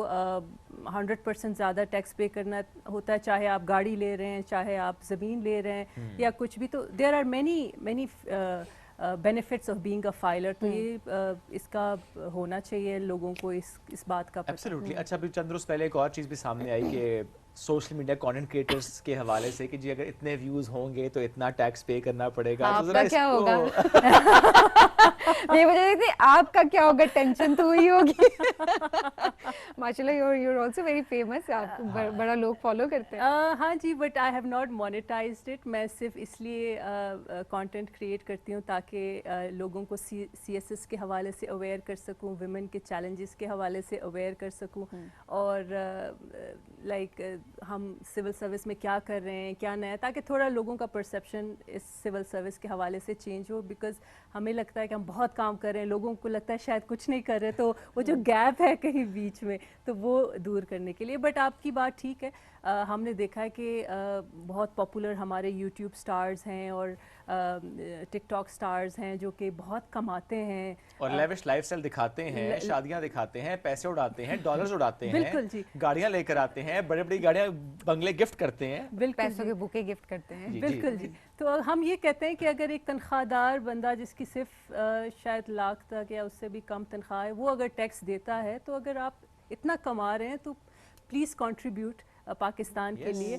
आप यहाँ रहते हैं, इसी जगह ने आपको शोहरत दी, मोहब्बत दी, तो आप इसी के थोड़े से बेहतर होने में अपना किरदार अदा करें। तो इसलिए हम ये चीज़ ले आए। पहले शायद इसमें इतना नहीं था कि कंटेंट क्रिएटर्स को नहीं वो करते थे, लेकिन अब एक ख़ास थ्रेशोल्ड रखा गया है कि उससे ज़्यादा आपके व्यूज़ हैं तो इतना आपका टैक्स आना शुरू हो गया।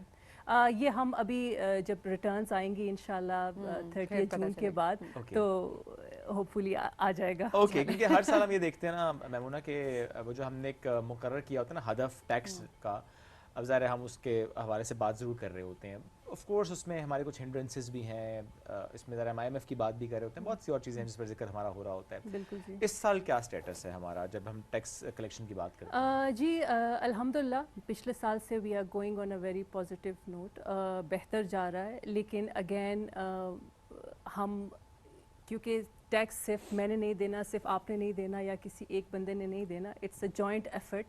पूरे पाकिस्तान ने जिस पे टैक्स लागू होता है या जिस वो उसमें आते हैं तो स्लैब में टैक्स के, तो सबने देना है। तो मेरी तो गुजारिश यही है कि हम IMF का भी एक, उनके साथ भी हमारी एग्रीमेंट्स हैं, उनको भी हमने उनका लोन वापस करना होता है, इंटरेस्ट होते हैं बहुत सारे, और बहुत सारे हमारी चीज़ें होती हैं जिसमें हमने पैसे लगाने हैं तरक्की के लिए। तो मेरी रिक्वेस्ट सबसे यही है कि प्लीज़ आप अपना जो भी टैक्स बनता है वो आप दीजिए और इस मुल्क को बेहतर बनाने के लिए अपना किरदार अदा करें। मैमूना, क्योंकि जब भी आप किसी अहम ओहदे पर फाइज होते हैं तो ये बड़ा होता है ना कि अच्छा वो कोई भी जान पहचान दूर की भी होती है ना, तो वो कॉल कर लेते हैं या ऑफिस ही आ जाते हैं, कोई एप्लीकेशन लेके, कोई काम लेके, कोई सिफारिश लेके। सो आपके पास ऐसी कौन सी सिफारिशात आती हैं? देखिए, ये तो हमारा आई थिंक हमारा कल्चर है काइंड ऑफ। अगर हम, मुझे कोई काम होगा एक दोस्त को, ये आई थिंक इसमें, और ये कोई इतनी बुरी बात नहीं है अगर आप मेरिट पे एक चीज़ मेरिट पे आप कर रहे हैं। मैं आपको इसमें मैं थोड़ी सी सख्त इस हवाले से जानी जाती हूँ या मशहूर हो गई हूँ। मुझे याद है मैंने पहला जो टैक्स रिटर्न भरवाया था वो अपनी अम्मी से भरवाया था। मैंने कहा आपने अभी तक रिटर्न्स नहीं फाइल किए? उन्होंने कहा मेरी बिल्ली मुझे मियाँ।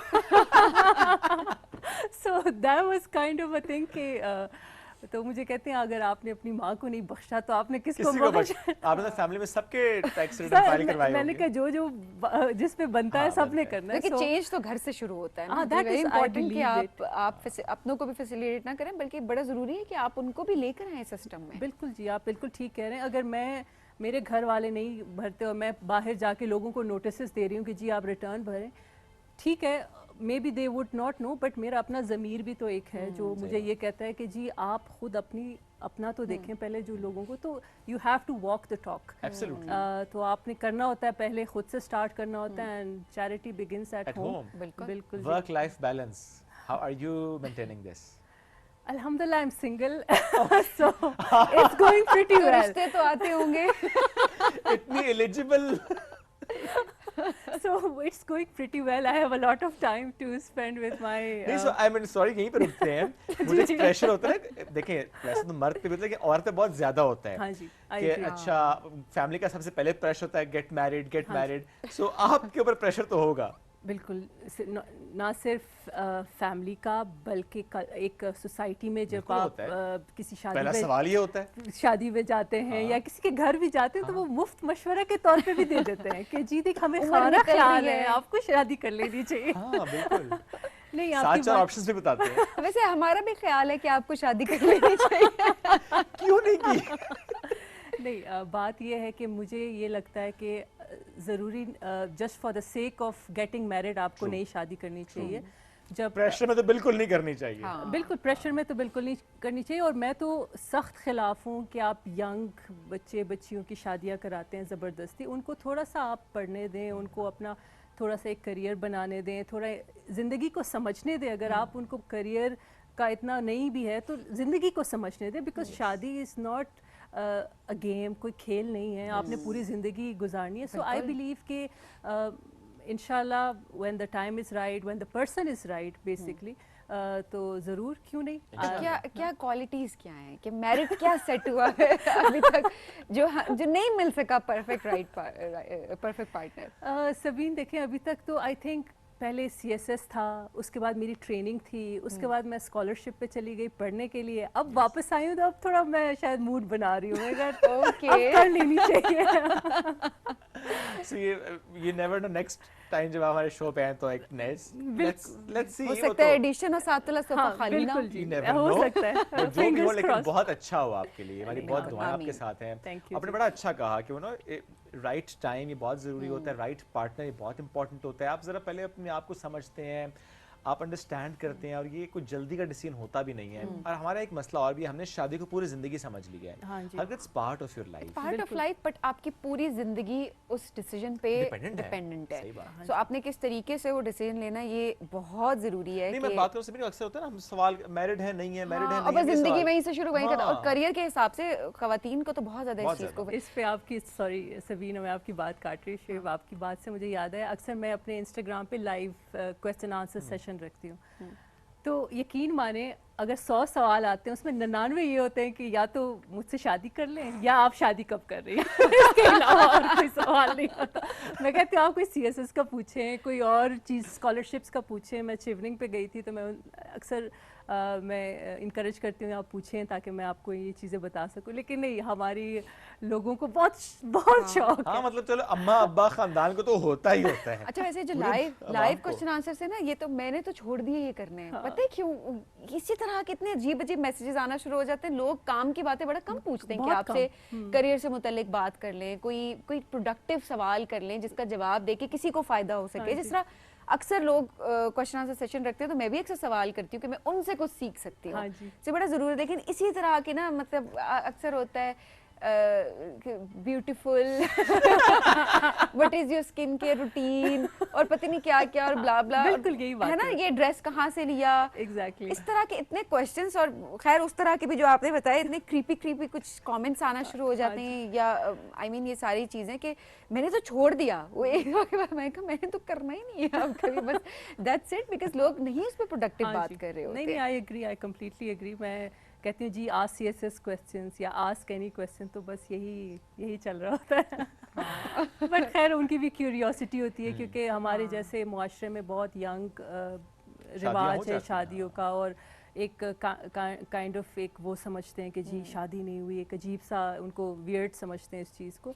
सो I think we need to change that perception. आप शादी करें अपनी मर्ज़ी से करें, और इसमें मर्ज़ी बहुत ज़रूरी है। एक फोर्सफुल मैरिज के तो बिल्कुल आप ना आपको इस्लाम उसकी इजाज़त देता है, ना आपको कल्चर इजाज़त देता है। सो आप करें, सही टाइम पे करें, सही पर्सन के साथ करें और इंशाल्लाह you will have a very good. और जब आप सही वक्त पर और सही इंतखाब के बात करते हैं तो ज़िंदगी वैसे भी बहुत अच्छी हो जाती है और फिर आप ज़िंदगी भर साथ रहते हैं। वरना जब आप सही वक्त पर या सही शख्स को नहीं करते तो फिर काम होता है ख़राब। पूरी जिंदगियाँ मुतासर हो जाती हैं। और फिर आप दूसरों को भी मशवरे दे होते हैं। हाँ, या शादी जिनकी शादी होने वाली होती है उनको मशवरे देते हैं, एक बार शादी करो ना लग पता जाएगा। उसके बाद शादी होती है, 1 महीना तो गुजरने दो, फिर 3 महीने तो गुजरने दो। मैंने ये चीज़ फेस की है लिटरली। मतलब आज मैं बिल्कुल ना मतलब मैं एक सोशल मीडिया पे पढ़ रही थी कि उन लोगों से बहुत ज़्यादा दूर रहें जिनकी या शादी नहीं हुई भी किसी भी रीज़न की वजह से, या उन लोगों से दूर रहे जो कि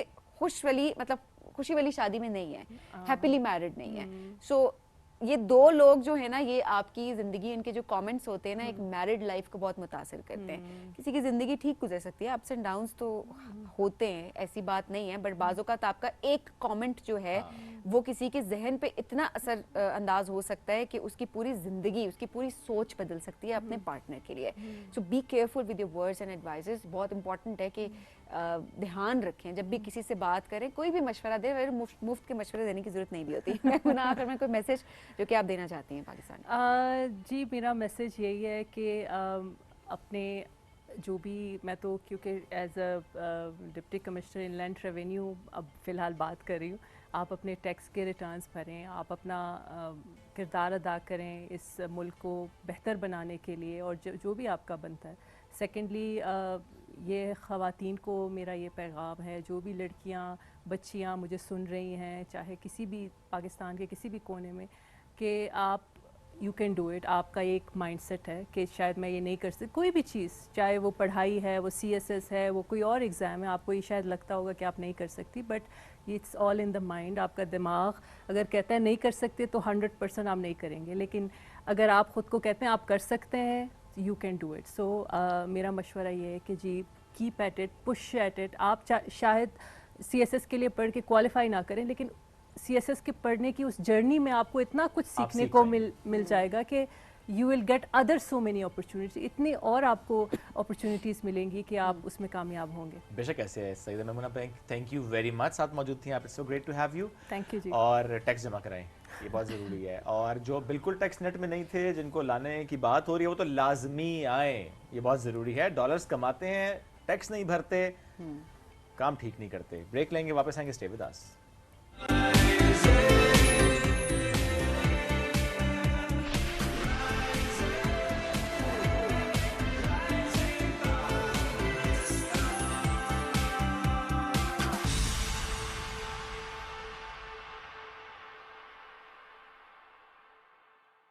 ज्यादातर पेशेंट्स कैविटीज के बारे में परेशान रहते हैं और दांतों की हसासियत की भी कंप्लेन करते हैं। New Sensodyne cavity plus sensitivity cavities और दांतों की हसासियत दोनों से तहफ़्फ़ुज़ देता है।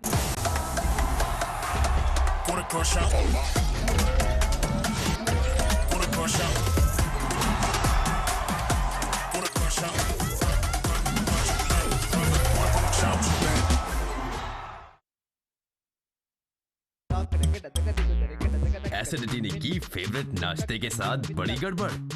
गड़बड़ गड़बड़ गड़बड़ गड़बड़। इनो ऑन, गड़बड़ गॉन। तेजी से आराम पहुंचाए। इनो। तमाम दवाएं बच्चों की पहुंच से दूर रखें, तबीयत ज्यादा खराब हो तो डॉक्टर से रुजू करें। खुराक लेबल पर दी गई हिदायत के मुताबिक इस्तेमाल करें। दिल और हाई ब्लड प्रेशर के मरीज नॉलेज के मशवरे से इस्तेमाल करें।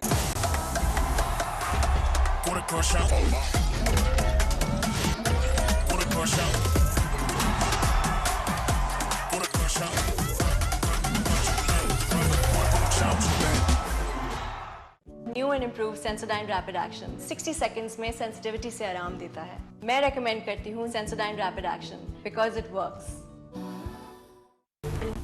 पाकिस्तानी खाने ज़बान पे लगे तो छूटते नहीं हैं, और अगर कपड़ों पे लगे तो वो कोरमे को आउट ऑफ साइट कर देगा। कढ़ाई से भी फाइट कर लेगा। कौन? ब्राइट, क्योंकि नए ब्राइट का बेस्ट एवर फॉर्मूला गहराई से दाग निकाले। आपके रेस्टोरेंट का मेन्यू आपकी यूनिफॉर्म में भी नजर आता है, इसीलिए तो ये काम ब्राइट और आपको दिया जाता है।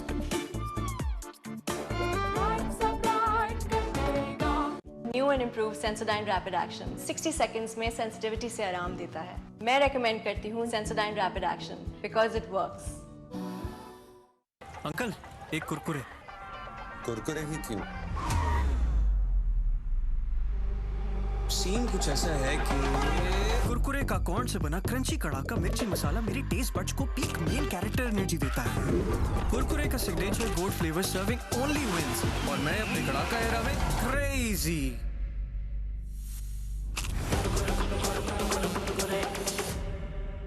ऐਵੇਂ तो नहीं ना फिर।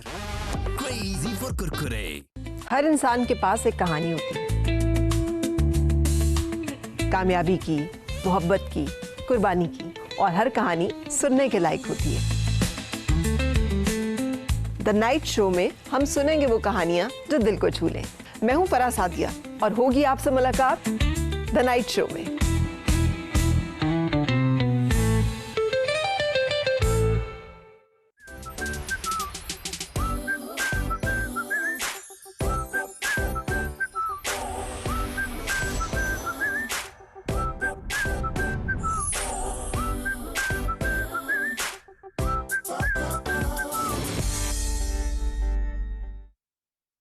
New and improve Sensodyne rapid action 60 seconds में सेंसिटिविटी से आराम देता है। मैं रेकमेंड करती हूँ Sensodyne rapid action because it works.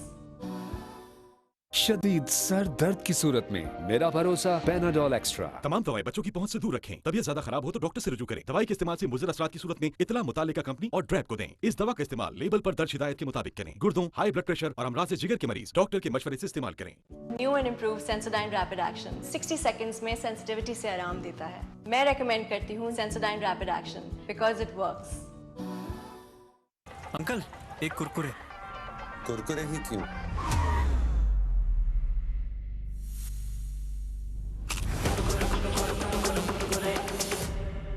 ऐਵੇਂ तो नहीं ना फिर। Crazy for Kurkure. कमाल है, संडे को भी तुम्हारी हाजिरी लगी हुई है और हॉलीडेज में भी एक एब्सेंट नहीं। भाई कमाल हो गया, क्या कमिटमेंट है पढ़ाई के साथ। Thank you sir, thank you. Ranjha साहब, एक तो आप जब रांझा साहब कहती हैं ना जी, मैं समझता हूँ कि मैं असल रांझे में तब्दील हो गया हूँ। हम सारे पढ़ाई के मारे, रिस्क यहाँ भाई रिस्क है प्यारे, होंगे फिर भी वारे न्यारे वारे न्यारे वारे न्यारे। चलती है जो हमारी यारी, आज तेरी कल मेरी बारी, लव के टेस्ट की फुल तैयारी। तू बन जा, हाँ बन जा, हाँ मेरी जाना बन जा मेरी तू अब गुड लक। ओ भैया गुड लक मैं तेरा good luck sir ji good luck.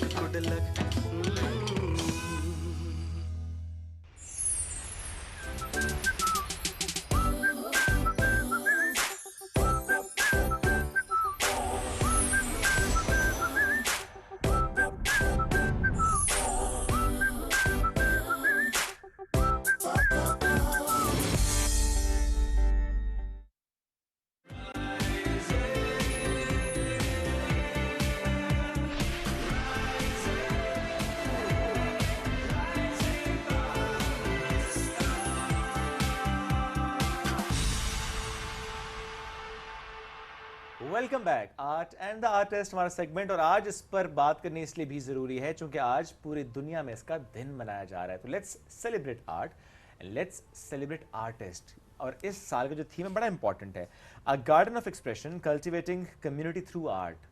हम अक्सर ये बात करते हैं ना कि आप रंगों के ज़रिए, अपने काम के ज़रिए, अपने फ़न के ज़रिए एक्सप्रेस कर रहे होते हैं। कभी कभी आप वेंट आउट करते हैं और कभी कभी जो आप एब्जॉर्ब कर रहे होते हैं आसपास की एनवायरनमेंट से, आप वो दुनिया तक पहुंचाते हैं। ऐसे भी है कि कितने सारे ऐसे सोशल इश्यूज हैं जो कि आर्टिस्ट ने उठाए हैं आर्ट के थ्रू।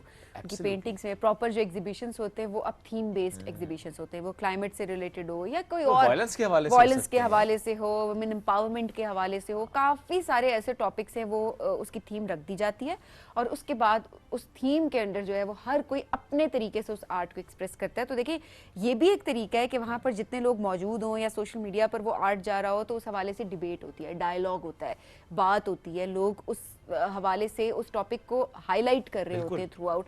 सो आई थिंक ये बड़ा इंपॉर्टेंट है। तो जो ये वाला एस्पेक्ट है ना कि कल्टिवेटिंग कम्युनिटी थ्रू आर्ट, तो ये उसके अंदर बहुत अच्छा फॉल करता है कि आप एक कम्युनिटी को कैसे कल्टिवेट कर सकते हैं आर्ट के थ्रू। तो आज इस हवाले से हम बात करते हैं। अमरीन आमिर साहब ने हमें ज्वाइन किया। माशाल्लाह आपका काम तो इंटरनेशनल लेवल पर है, बहुत एक्नॉलेज किया जाता है आपका काम पर। सर्टिफाइड रेजिन और फर्नीचर आर्टिस्ट हैं। लेट्स वेलकम हर। अस्सलाम वालेकुम जी। वालेकुम अस्सलाम। कैसी हैं आप? मैं ठीक हूँ, आप अच्छा, कैसे हैं? जब भी कोई आर्टिस्ट हमारे पास आता है ना, वो ठीक है उनका आर्ट तक अपनी जगह, वो जो अपनी स्टाइलिंग होती है उसमें बड़ी तवज्जो होती है। ये एक नेचुरल, ये इनबॉर्न होता है। ये बिल्कुल होता है क्योंकि हम आर्टिस्ट लोगों का ये पहला अपीयरेंस ही मैटर करता है। सही बात है। अगर हम अपने आर्ट, अपने कलर्स को नहीं प्रेजेंट करेंगे तो फिर हम कैसे आर्टिस्ट कहलाएंगे?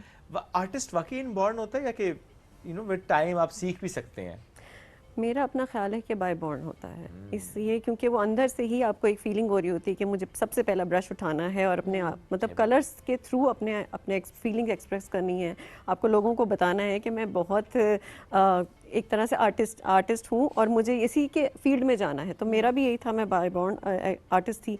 मैंने अपने पेरेंट्स से बड़ी जो है ना इस बात पे समझे बहस भी की कि मुझे इस फील्ड में जाने दें। मैं फाइन आर्ट्स स्टूडेंट रही हूँ और शादी के बाद मेरा वो रह गया थोड़ा सा क्योंकि बच्चे हो गए सारा, लेकिन उसके बाद मैंने कहा नहीं, ब्रश के बगैर मेरी लाइफ नहीं है। तो आर्टिस्ट का गैप कितना अरसा रहा ये? गैप बहुत रहा क्योंकि बच्चे जब तक छोटे थे, फिर जैसे 4-5 साल तो रहा, फिर उनकी कॉपीज़ के साथ मैंने ये काम शुरू किया कि उनकी ड्राइंग मैं बनाती थी, उनकी हर प्रोजेक्ट को मैं हैंडल करती थी। लेकिन वो फिर आहिस्ता आहिस्ता मैंने सोचा कि नहीं, अगर मैं जाना चाहती हूँ इस फील्ड में तो अब माशाल्लाह बच्चे बड़े हो गए हैं, यूनिवर्सिटी गोइंग हो गए हैं, तो क्यों नहीं मैं अपने आप को इस चीज़ में लेके जाऊँ। तो मैंने फिर ब्रश उठाया और अल्लाह का शुक्र है वो लोगों को काम पसंद आने लगा। कोविड में मैंने सिर्फ एक एक्सपेरिमेंट किया था, लेकिन वो एक्सपेरिमेंट कामयाब हो गया। ओके, सो क्या एक्सपेरिमेंट था ओवरऑल? क्या दोबारा से जर्नी किस तरीके से आपसे स्टार्ट? मैंने क्योंकि मैं 2017 से 2020 तक मैं मेकअप आर्टिस्ट रही हूँ, मैंने फ्रीलांसिंग की है, ब्रश मैंने फिर भी नहीं छोड़ा। तो मैंने जो है वो जब मैंने मेकअप किया करके मुझे बड़ी इस पर भी बड़ा प्रेज़ मिलता था। तो कोविड आ गया, सोशल डिस्टेंसिंग की वजह से वो फिर हमारा एक चीज़ बैठ गई। लेकिन फिर मैंने सोचा चलो अपना आर्ट को स्टार्ट करो। मैंने यूट्यूब से भी कुछ वीडियोस देखी, क्योंकि आपको पता है ये जब आर्ट होता है ये जब तक प्रैक्टिस में नहीं होता नहीं कर पाता इंसान। तो आहिस्ता आहिस्ता कोशिशें की और वो लोगों को पसंद आना शुरू हो गया। जब मैंने फिर उस पर मेरे बच्चों ने कहा कि आपका इतना पैशन है, आप इतनी जुनूनी है इस चीज़ को लेके, तो आप क्यों नहीं इसको प्रोफेशन बनाती है अपने। तो फिर वो मैंने अपना पेज बनाया और वो जब मैंने फिर उसके बाद ऑनलाइन कोर्सेज किए, फिजिकली जाके क्लासेस दी, तो मुझे मज़ा आने लग गया और वो फिर हाथ चल पड़ा। क्या बात है। अच्छा, बहुत सी हमारी ख़वातीन स्पेशली जो आपकी अपनी जर्नी रही ना कि आपको शौक भी था, आपने पढ़ा भी, लेकिन एक गैप आया, बिकॉज ये बड़ा कॉमन है हमारे यहाँ ख़वातीन का, शादी के बाद एक गैप आ जाता है बच्चों की वजह से, वो जिम्मेदारियाँ ऐसी होती हैं। सो वो तमाम ख़वातीन जो कि शौक रखती हैं आर्ट्स का, लेकिन समहाउ ये ना शादी और बच्चों या किसी भी वजह से अगर गैप आ गया है, जो आपने बात की ना ऑनलाइन कोर्सेज की और ट्रेनिंग्स की और दोबारा से सीखने की, बिकॉज ब्रश अपनी जगह बट मेरा रेजन आर्ट एंड आप उसमें देखते हैं कि अच्छा और कौन कौन से डायनामिक्स में लोग काम करें। If you can guide those ladies कि अच्छा कहाँ से स्टार्ट करें, वो कौन सा कोर्स है, कौन सा प्लेटफॉर्म है जहाँ से वो आगाज़ कर सकती हैं?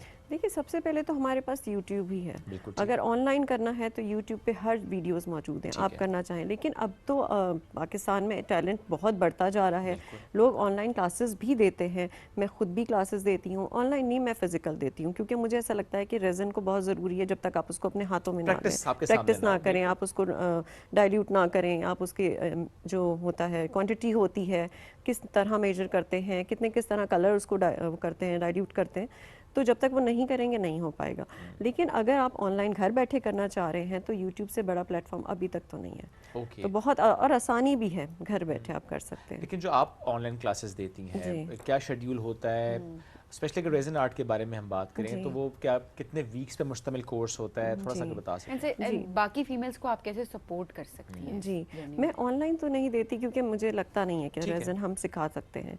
करते हैं वैसे जो है वो वैसे ऑनलाइन होती हैं क्लासेस, लेकिन उसके लिए वो प्रॉपर वीडियोस देखना, एक प्रॉपर टाइम देना, क्योंकि हमें तो अपना घर भी देखना है, बच्चे भी देखना है, वो फिर इतना पॉसिबल नहीं होता। फिर आपको जब टाइम मिले आप देख लें, रिकॉर्डेड होते हैं वो। लेकिन है कि मैं फिजिकल देती हूँ तो मैं मेरी 2 डेज़ की क्लास होती है और उसके अलावा मैं हर चीज़ प्रोवाइड करती हूँ, ईच एंड एवरीथिंग। आप जीरो से आएंगे तो मेरा पूरा हर चीज़ मैं प्रोवाइड करूँगी, each and everything, even table हो गया, ट्रेज हो गए, जो भी कोस्टर्स हो गए, हर चीज़ मैं बताती हूँ अपनी क्लास में। और कुछ उनको नहीं लाना, उनको कुछ नहीं भी आता तो ये मेरी सबसे खुद आना है, आपकी अपनी प्रेजेंस ज़रूरी है ऑन टाइम। और वो सुबह 10 बजे से होती है, शाम 6 बजे तक की क्लास होती है, जो 2 डेज़ की होती है। अच्छा, क्या ऐसे भी आपके पास लोग आते हैं जो कि आपको कहते हो कि हमने ब्रश नहीं पकड़ा और हमें मतलब आर्ट आता नहीं है, लेकिन हम स्क्रैच से सीखना चाहते हैं क्योंकि हमें शौक है? जी जी, क्या ऐसी भी स्टोरीज आपके पास हैं कि कुछ ऐसे लोग हों जो कि अब प्रोफेशनली आर्ट को परस्यू कर रहे हो? जी जी, मेरे पास ऐसे आए हैं। मेरी एक बल्कि रिसेंट मैंने एक क्लास दी थी, तो बच्ची को नहीं आता था, उसने कहा कि मुझे सीखना है। मेरी एक एग्जीबिशन में ही वो आई थी और उन्होंने मुझसे कहा कि मुझे सीखना है आपसे। और माशाल्लाह वो मेरे पास से बड़ा टेबल बना के, उसने कभी रेजन का काम नहीं किया था, लेकिन अब वो माशाल्लाह वो मलेशिया गई हैं शादी के बाद और वो कर रही हैं अपना माशाल्लाह काम। It's a good business as well. जी बिल्कुल।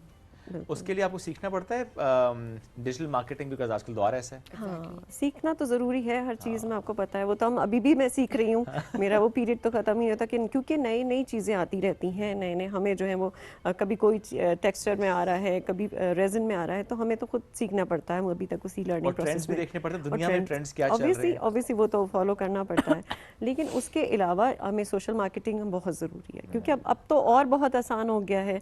जब मैंने फाइन आर्ट स्टार्ट किया था उस वक्त तो आप सिर्फ बताते ही थे कि मैं एक फाइन आर्ट स्टूडेंट हूँ, तो मेरा आर्ट देख लें या स्केच बुक दिखा दी, लेकिन उसके अलावा तो नहीं था। अब तो इंस्टाग्राम है, काफ़ी चीज़ें ऐसी हैं, प्लेटफॉर्म्स हैं जो आप अपना आर्ट शो कर सकते हैं। लेकिन क्या चैलेंजिंग है, बिकॉज ऐसे आर्ट को देखना डिफरेंट चीज है, सोशल मीडिया पे उसको मार्केट करना इस लिहाज से कि आपको पिक्चर बहुत अच्छी लगती है, एस्थेटिक पिक्चर। आजकल तो बड़ा एस्थेटिक का तो बड़ा बिल्कुल रुझान है। आप अपनी पिक्चर नहीं लगाते एस्थेटिक ना हो। एग्जैक्टली, तो ये कुछ चैलेंजिंग हो गया है। हाँ जी, चैलेंजिंग हो गया है। हाँ जी, बिल्कुल हो गया है कि ऑब्वियसली आपको चैलेंज तो बहुत होते हैं हर चीज़, क्योंकि जब आप बिल्कुल स्क्रैच से स्टार्ट करते हैं तो आपको सीखनी है, वो स्किल्स भी आपको डेवलप करनी है, स्पेशली एआई का आप जिस तरह से उसको इनकॉर्पोरेट। वही मैं बात अभी करने लगी थी कि एआई का जो दौर आ गया है, तो एआई ने भी हमारी काफ़ी हेल्प की है कि हमें हर इमेज आपको क्लियर मिल जाता है। आपको अपने पास से कोई ऐसी चीज़ है जो आपको इंस्टाग्राम पे कोई स्टेटस आपको लगाना है कि अच्छा ये इससे रिलेटेड है, क्योंकि लोगों को हर चीज़ आपको बतानी पड़ती है कि ये मैंने ये बनाया है, इसके अंदर ये चीज़ यूज़ हुई है। क्योंकि मुझे तो पता है मैंने क्या चीज़ यूज़ की है, क्या कलर्स यूज़ हुए हैं, पिगमेंट्स यूज़ हुए हैं या अल्कोहल इंक यूज़ हुई है, लोगों को नहीं पता। तो फिर मुझे वो पूरा एक आसान लफ्ज़ों में लोगों को बताना ज़रूरी होता है, तो वो चैलेंजेस फेस तो करने पड़ते हैं। लेकिन ज़ाहिर है it's a part of journey now, तो बहुत इंपॉर्टेंट है। अच्छा, अब आइडियाज़ लिए जा सकते हैं एआई से, बिकॉज चैट जीपीटी है, बहुत सारे और प्लेटफॉर्म्स हैं जो कि आपको आर्ट से रिलेटेड भी, कि ट्रेंडिंग में क्या चल रहा है ग्लोबली, बिकॉज आप लोग से पाकिस्तान के लिए तो काम नहीं कर रहे होते, आप वर्ल्ड वाइड जो है वो ऑर्डर डिस्पैच कर रहे होते हैं। तो उस हवाले से किस तरीके से आप लोग मैनेज कर रहे होते हैं, एआई से कैसे हेल्प ले रहे होते हैं, थोड़ा इस बारे में। देखिए, मोस्टली तो मुझे जो है वो लोग खुद पिक्चर्स भेज देते हैं कि मुझे हमें ये चीज़ बनवानी है। एआई के थ्रू है कि किसी को अगर अपना रूम डेकोर करवाना है तो वो हमें एक स्पेस बता देते हैं कि ये मेरे स्पेस है, फिर वो हम थोड़ा सा एआई से गाइडलाइन देते हैं पिक्चर सेंड करके कि ये इसको हम और किस तरह मज़ीद एनहांस कर सकते हैं, इसमें वॉल हैंगिंग्स कितनी लगेंगी, टेबल्स कितने जाएंगे, ये थोड़ी सी हेल्प हमें मिल गई है आजकल एआई के थ्रू। अच्छा, जिस तरह आप फैशन से मुतालिक कहते हैं ना कि पेरिस से स्टार्ट होता है फिर दुनिया भर में पहुंचता है, सो आर्ट में भी क्या ऐसा होता है, कोई मुल्क, कोई ऐसा इलाका कि जिससे मुतालिक आप लोग देख रहे हैं, अच्छा वहाँ पे क्या ट्रेंड चल रहा है, कौन सा मटेरियल इस्तेमाल हो रहा है? जी, काफ़ी सारे हैं। टर्किश आर्ट बहुत है, ईरानी आर्ट बहुत है, और यूएई में भी बहुत आर्ट को काफ़ी फॉलो किया जाता है, तो हम उनके ट्रेंड्स को काफ़ी फॉलो करते हैं। और मेरी तो कोशिश होती है कि मैं जाके सीखूँ, मैं जाके सीखूं। तो अभी तो कुछ वीज़ाज़ इशू हैं, लेकिन ये कि मेरी कोशिश होती है कि जो भी हो मैं जाके खुद सीखूं, क्योंकि उनके बहुत अच्छे ट्रेंड्स होते हैं और फॉलो करने भी चाहिए, कोई ऐसी बुरी ऐसी बात नहीं है। बिल्कुल, आई थिंक जब आप जाके सीखते हैं तो आप उसमें कुछ ऐड करते हैं, अपने साइड का भी ऐड करते हैं, and then you learn from each other. आप अपना कुछ उनको सिखाएंगी, कुछ वहाँ से सीखेंगे, दैट्स हाउ वी ग्रो, कि हमें सीखना है। और ये सीखने का तो अमल वैसे भी हम कहते हैं ज़िंदगी भर जारी रहना चाहिए, जिस भी डोमेन में आप काम कर रहे होते हैं। तो ऐसे में आपको पर्सनली सबसे ज़्यादा जो मज़ा आता है वो किस आर्ट में आता है, किस आर्ट फॉर्म में आता है? मुझे रेजिन आर्ट में, मेरा तो फेवरेट रेजिन आर्ट है, क्योंकि वो एक परफेक्ट फिनिश दे देता है आपके कोई भी आर्ट, चाहे मैं डेकोपाज के साथ करूँ चाहे टेक्सचर आर्ट के साथ करूँ, तो जब मैं उस पर रेजिन पोर करती हूँ तो वो एक कंप्लीट फिनिश लुक आ जाती है, ग्लास लुक आ जाती है, तो वो समझें कि उसकी खूबसूरती ही डिफरेंट हो जाती है। पसंद भी ज़्यादा करते हैं, डिमांड भी ज़ाहिर ज़्यादा जी, बिल्कुल महंगा भी हो जाता है ना, रेजिन इटसेल्फ ज़रा महंगा तो है ना फिर, लेकिन वो आई थिंक उसका जो बनने का प्रोसेस है वो भी बड़ा सेटिस्फाइंग सा होता है, वो लोग बड़ा एंजॉय करते हैं। अगर ऐसी कोई वीडियो सामने आ जाए जिस तरह फास्ट फॉरवर्ड वीडियोस अक्सर टाइम लैप्स पे सेट कर दी जाती हैं, जी, ओवरऑल लोग बड़ा एंजॉय करते हैं, लेकिन वो बहुत मेहनत वाला काम है, वो उसके पीछे की जो मेहनत होती है ना वो नहीं नजर आती, आपको लगा के भी ना टाइमर पे, उसके बाद आपको उसको एडिट करना होता है प्रॉपर, कि आप उसको जो एस्थेटिक्स आपने की ना बड़ी इंपॉर्टेंट है वो। लेकिन बड़ा इंपॉर्टेंट डे जिस पे आज हम बात कर रहे थे कि आर्ट किस तरीके से एक कम्युनिटी को बिल्ड करता है, किस तरीके से उसको कल्टिवेट कर सकता है, सोशल इश्यूज को किस तरह से हाईलाइट किया जा सकता है, और हमारे आर्टिस्ट उनको रिकग्नाइज करना कितना इम्पॉर्टेंट है हमारे लिए। और आर्ट की सिर्फ ये फॉर्म नहीं है जो हम आपको बता रहे हैं, आर्ट ओवरऑल आर्ट की अगर बात की जाए तो उसमें बहुत सारी चीज़ें इन्वॉल्व होती हैं, परफॉर्मिंग आर्ट्स भी है, और हमारे ऐसे बहुत सारे आर्टिस्ट, आप लोक विरसा की बात करें, वहाँ पर मौजूद होते हैं और उनका आर्ट देखने के लायक होता है। मैं कहती हूँ कि आप जब वहाँ जाते हैं तो लिटरली आप जब एक गैलरी में जाते हैं तो आपका दिल करता है वहीं पर ही बैठकर देखते रहे काम ओवरऑल जो हर तरीके से परफॉर्म कर रहे हैं। सो वी रियली अप्रिशिएट उन तमाम आर्टिस्ट को हम अप्रिशिएट करते हैं जो कि सोसाइटी में कंट्रीब्यूट कर रहे हैं और पाकिस्तान का कल्चर, पाकिस्तान का आर्ट पूरी दुनिया तक पहुँचा रहे वो हैं। तमाम मर्द सपोर्ट करें अपने घर में उन खवातीन को जो कि करना चाहते हैं, इसलिए कि ज़्यादा खवातीन हैं इस बिल्कुल ऐसा ही है, क्योंकि अक्सर होता है ना कि आप उन्हें वो टाइम, वो स्पेस नहीं देते। मटेरियल की बात भी ज़ाहिर है इसमें है, थोड़ा करें, उनको सपोर्ट करें and then they can do wonders. क्योंकि जिसके अंदर ये टैलेंट है आर्ट का वो बहुत आगे माशाल्लाह जाता है। माशाल्लाह जिस तरीके से आप इसको लेके आए, thank you very much for joining us today, specially आज के दिन जब हम आर्ट की बात कर रहे थे। इस दिन की मुनासबत से आपसे लेंगे इजाज़त, दोबारा मुलाकात कल करेंगे। अल्लाह हाफ़िज़।